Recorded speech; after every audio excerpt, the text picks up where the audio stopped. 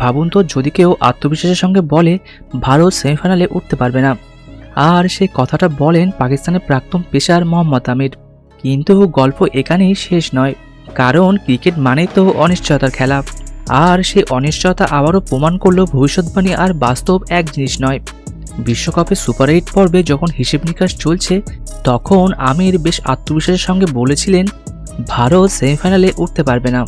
সেই সময় পাকিস্তানও খাতা কলমে টিকে ছিল, তাই অনেকেই ভাবছিলেন হয়তো কোনো বড় অঙ্ক কষেই বলেছেন তিনি। কিন্তু মাঠে যা ঘটল সেটা অন্য গল্প।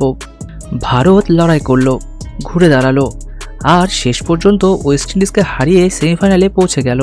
ওয়েস্ট ইন্ডিজের বিরুদ্ধে ম্যাচে যে ইনিংসটা ক্রিকেট প্রেমীরা সহজে ভুলতে পারবে না, সেটা খেললেন সঞ্জু স্যামসন।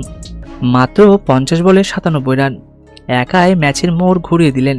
তখন অনেকেই সোশ্যাল মিডিয়ায় বলতে শুরু করেন অঙ্কটা আবার কষে দেখবেন।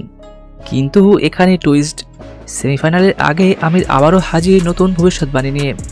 পাকিস্তানের জনপ্রিয় কমেডিয়ান তাবের হাশমির শো হার না মানাইতে আমির বলেন ভারত ভালো ক্রিকেট খেলছে না, তাই ভারত ফাইনালে যেতে পারবে না। শুধু তাই নয়, তিনি আরও বলেন আমার সেমিফাইনালের হিসেব ঠিক ছিল, কিন্তু সঞ্জু স্যামসন ভালো খেলেছেন। জাসপ্রীত বুমরা ছাড়া ভারতের কোনো বোলার ফর্মে নেই। এখানে তিনি বিশেষভাবে উল্লেখ করেন জাসপ্রীত বুমরার নাম। কিন্তু এখানেই প্রশ্ন উঠেছে, সঞ্জু স্যামসন কি ভারতের খেলোয়াড় নন, এবং বুমরা কি ভারতের অস্ত্র নন?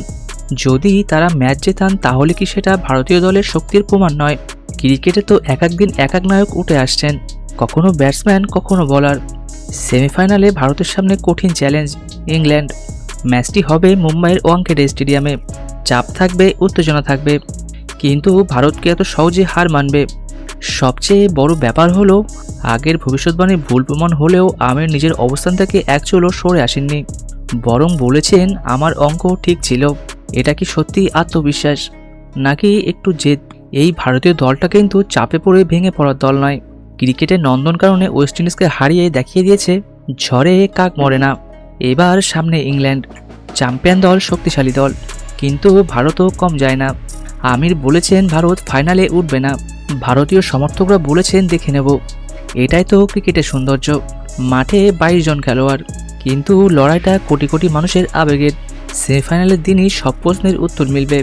তাহলে আপনার কি মনে হয়, আমিরের ভবিষ্যৎবাণী কি আবারও ভুল প্রমাণিত হবে, নাকি সত্যি ভারত থেমে যাবে শেষ চারে? কমেন্টে অবশ্যই জানান আপনার মতামত। ভিডিওটি ভালো লাগলে লাইক ও শেয়ার করুন, আর সাবস্ক্রাইব করতে ভুলবেন না। ক্রিকেটের সব বড় আপডেট পেতে আমাদের সাথে থাকুন। ধন্যবাদ।